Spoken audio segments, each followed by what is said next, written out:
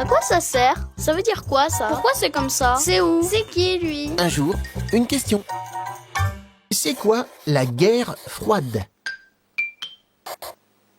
Quand plusieurs pays se disputent, ça se termine souvent par une guerre. C'est-à-dire des invasions, des batailles sur terre, sur la mer et dans les airs, ou encore des tirs de missiles. Quand il y a la guerre, on peut dire familièrement que ça chauffe.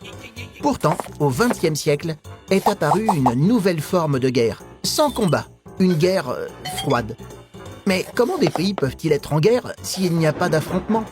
Au XXe siècle, le monde a connu les deux plus grands conflits de tous les temps, la Première et la Seconde Guerre mondiale. En 1945, les États-Unis utilisent la bombe atomique, l'arme la plus destructrice de l'histoire, pour mettre fin au conflit.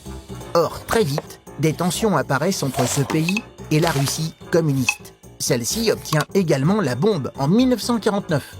Une guerre entre ces deux superpuissances pourrait conduire à leur destruction mutuelle. Américains et Russes préfèrent donc éviter le conflit direct.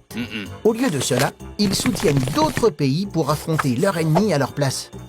Ils se livrent aussi à l'espionnage, à la compétition technologique, à la course aux armements et à la propagande, dans le cinéma ou le sport.